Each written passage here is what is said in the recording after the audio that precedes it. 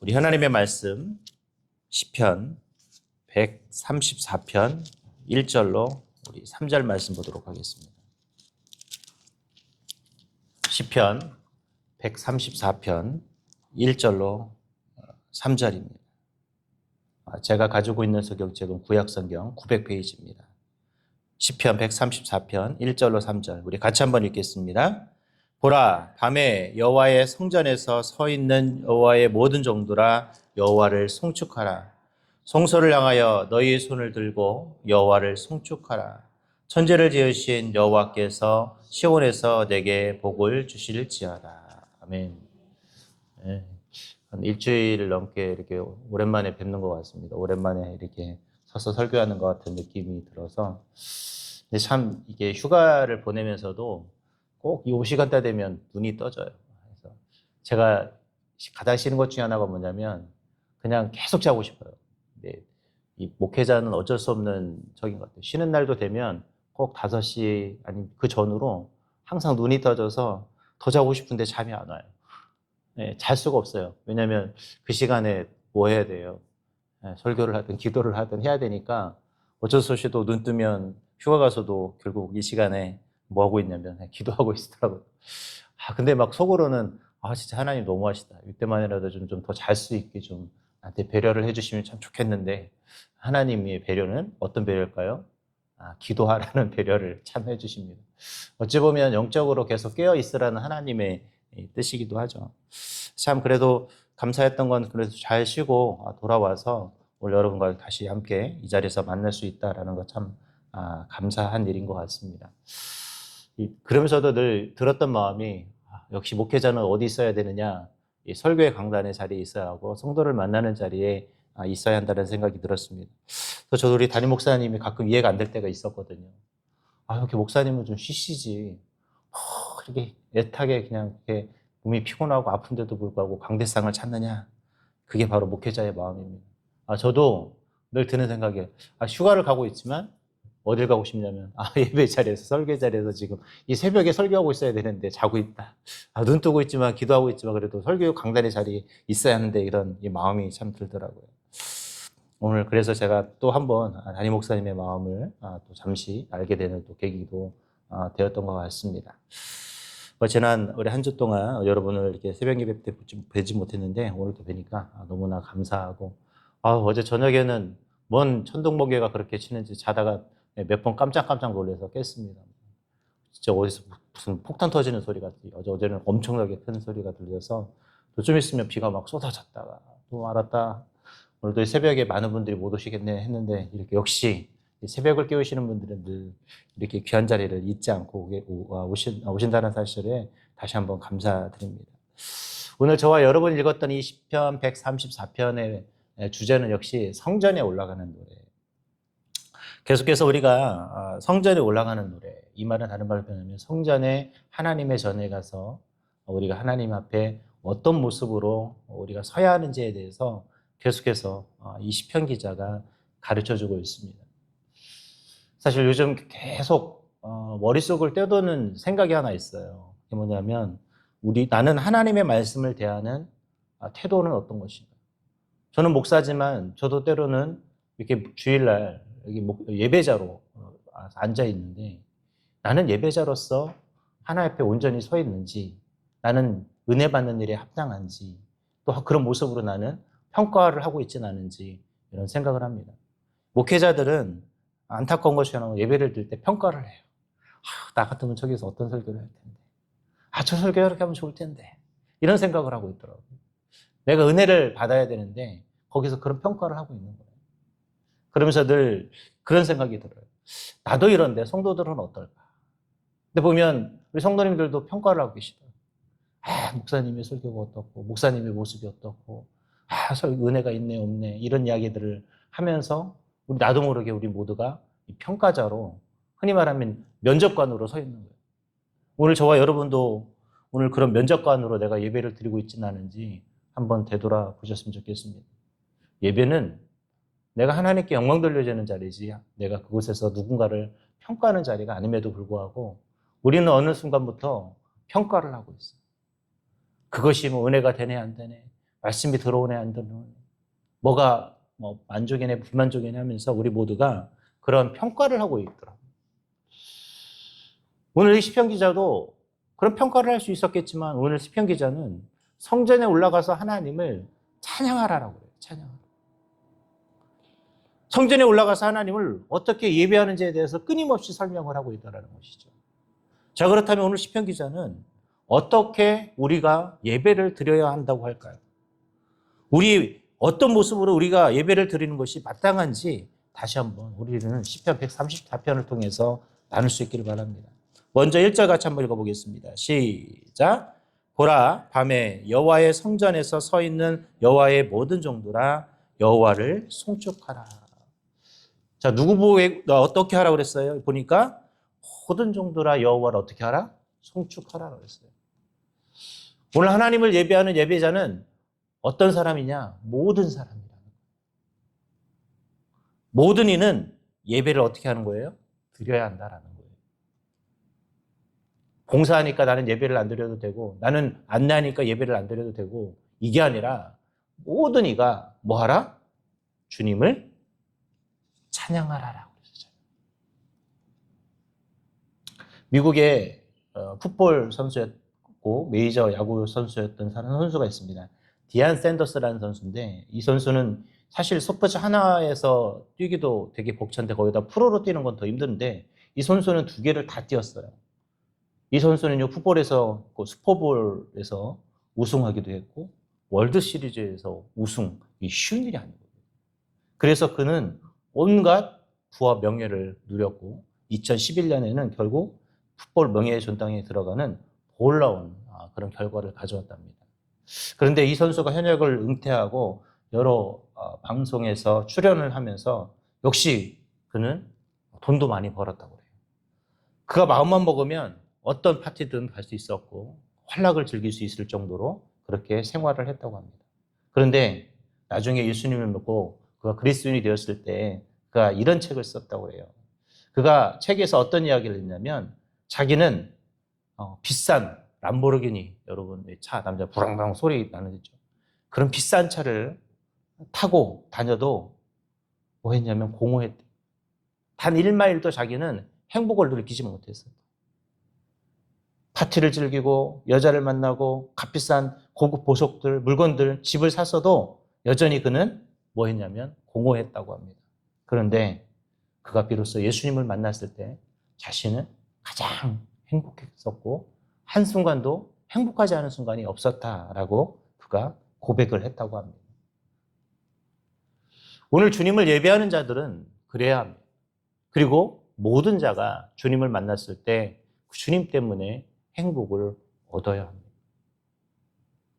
오늘 저와 여러분이 주님을 만났을 때 만나는 순간 하나님 때문에 행복하시던가요? 우리가 하나님과 만나서 정말 매 순간순간마다 행복했는지 우리는 한번 되돌아봐요.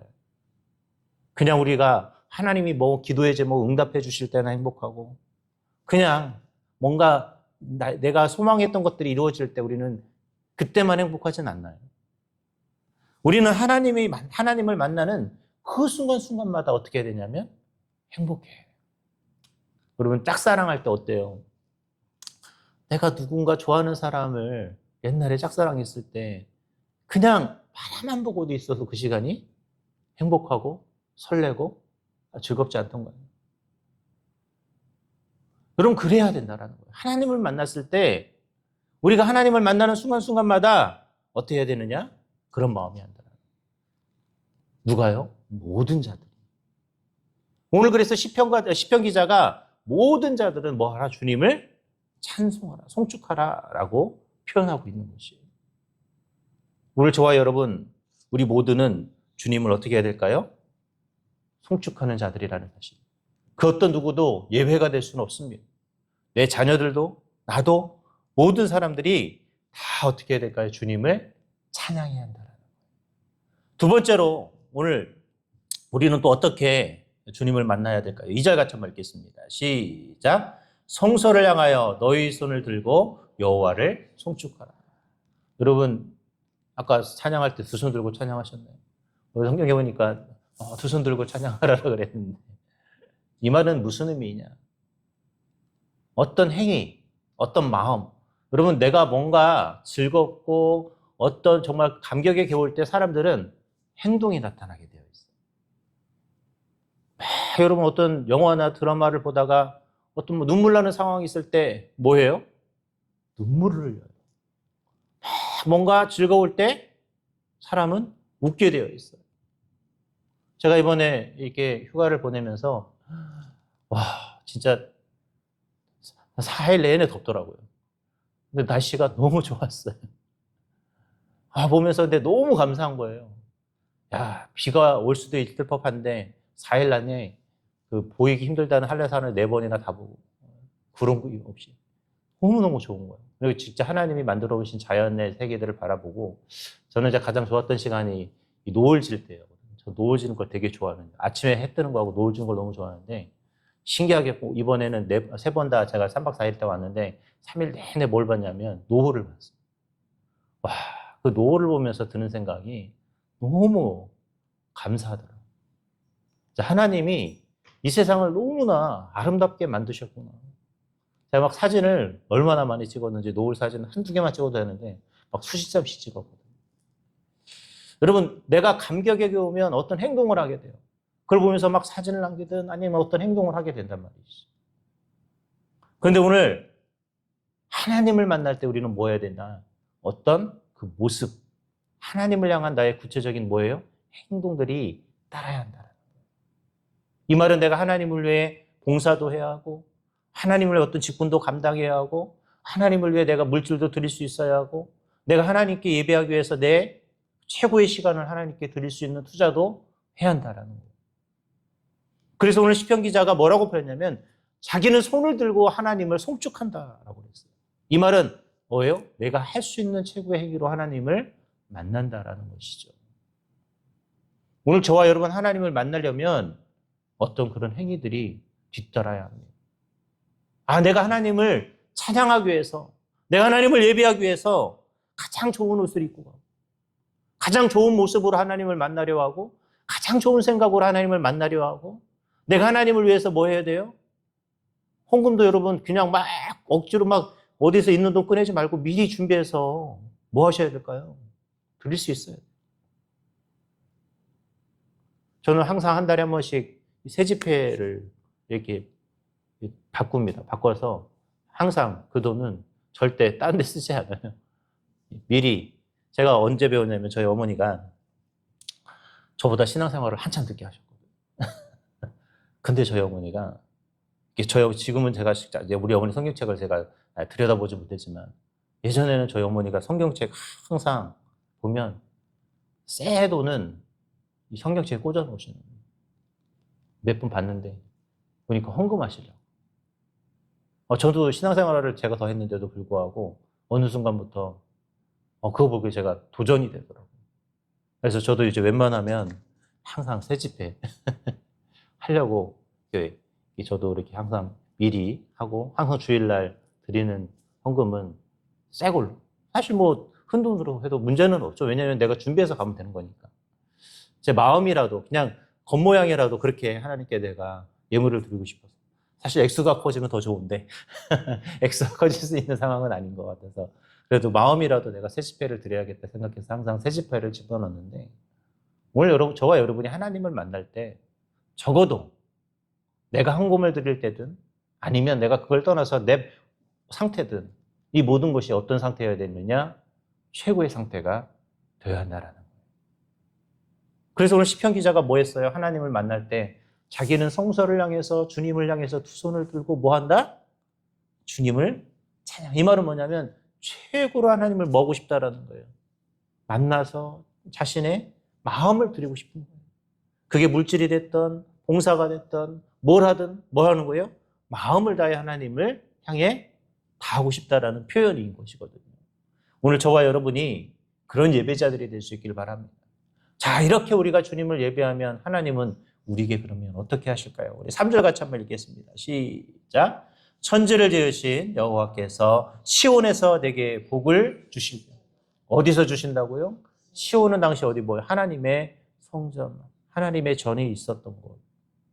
그래서 여러분, 교회는 하나님의 축복이 머무르고 흘러나오는 곳입니다. 하나님이 어디에서 복을 주신다고요? 이곳. 바로 저와 여러분이 기도하는 그곳. 그래서 여러분, 교회에서 기도 많이 하셔야 돼요. 다른 데 가서 기도하지 마시고 늘 기도할 수 있다면 교회 오셔서 눈물로 기도하십시오. 얼마나 좋아요. 우리 지성전은 많은 사람들이 없어서, 우리 저기 본성전은 그래도 몇 명 있어서 내가 큰 소리로 기도하고 싶어도 못하잖아요. 근데 여기는 여러분 오면 아무도 없어요. 문도 잠궈버리시면 누가 들어오지도 않아요. 물론 이제 가끔씩 왔다 갔다 하긴 할 테지만, 여기는 여러분들이 기도하고 싶으면 언제든 소리 지르면서 눈물로 기도할 수 있는 곳이에요. 오늘 바로 이 기도하는 곳에서 하나님은 무엇을 우리에게 주시느냐? 하나님의 축복을 우리에게 허락하신다라고 말합니다. 여러분, 그래서 교회를 사랑하셔야 돼요. 교회에서 열심히 봉사해야 되고, 교회에서 열심히 기도해야 되는 이유, 하나님께서는 우리에게 시온에서 주님의 축복을 주신다라고 약속했기 때문입니다. 이제 말씀을 맺도록 하겠습니다. 우리는 그동안 시편에 대해 시편을 다루면서 특별히 이 하나님의 성전에 올라가서 가면서 부르는 노래라는 이 주제를 가지고 있었던 시들에 대한 이야기들을 나누었습니다. 우리는 하나님의 성전에서 어떤 예배자가 되어야 될 것인가, 우리는 계속해서 나누었어요. 오늘 저와 여러분, 하나님을 예배하는 예배자는 어떤 모습으로 예배하는지 우리는 시편 기자를 통해서 배웠습니다. 다른 말로 표현, 이미 우리는 이제 하나님을 예배하는 방법을 알았고 어떻게 예배하는지에 대해서도 알았습니다. 알았다면 뭐 하셔야 될까요? 실천하시기 바랍니다. 그리고 우리가 매 순간순간마다 예배를 드릴 때 내가 하나님께 영광 돌려주는 예배자로 우리는 세워져가는 하나님의 거룩한 예배자들이 될 수 있길 바랍니다. 예배는 하나님께 영광 돌려주는 행위입니다. 내가 누군가를 판단하고 누구 때문에 교회를 오고 가고 이것을 이야기하는 자리가 아니라 정말 하나님께 영광 돌리기 위해서 드려지는 그 자리가 바로 예배의 자리입니다. 오늘 하나님이 저와 여러분에게 원하시는 것은 그 예배의 자리에서 하나님을 온전히 예배하기를 원합니다. 그래서 시편을 썼던 기자들이 성전에서 어떻게 예배하는지 우리에게 끊임없이 이야기를 해 주었습니다. 이제 그 이야기를 우리는 잘 기억할 수 있기를 바랍니다. 그래서 우리는 최고의 예배자가 될 수 있었으면 좋겠고, 그 최고의 예배를 통해서 하나님이 우리에게 주실 축복을 누리는 거룩한 축복자도 될 수 있기를 바랍니다. 오늘 저와 여러분 이 새벽에 또 기도할 때 하나님 앞에 또 간절히 기도하셨으면 좋겠어요. 이 기도하는 장소는 하나님의 축복이 흐르는 장소이고 하나님께서 우리에게 축복을 주시려고 만들어 놓은 장소라고 오늘 시편 기자도 분명하게 우리에게 이야기했습니다. 오늘 저와 여러분 이곳에서 하나님의 귀대한 축복을 누리고 돌아가는 그런 소중한 저와 여러분이 될 수 있기를 주님의 이름으로 기도하겠습니다.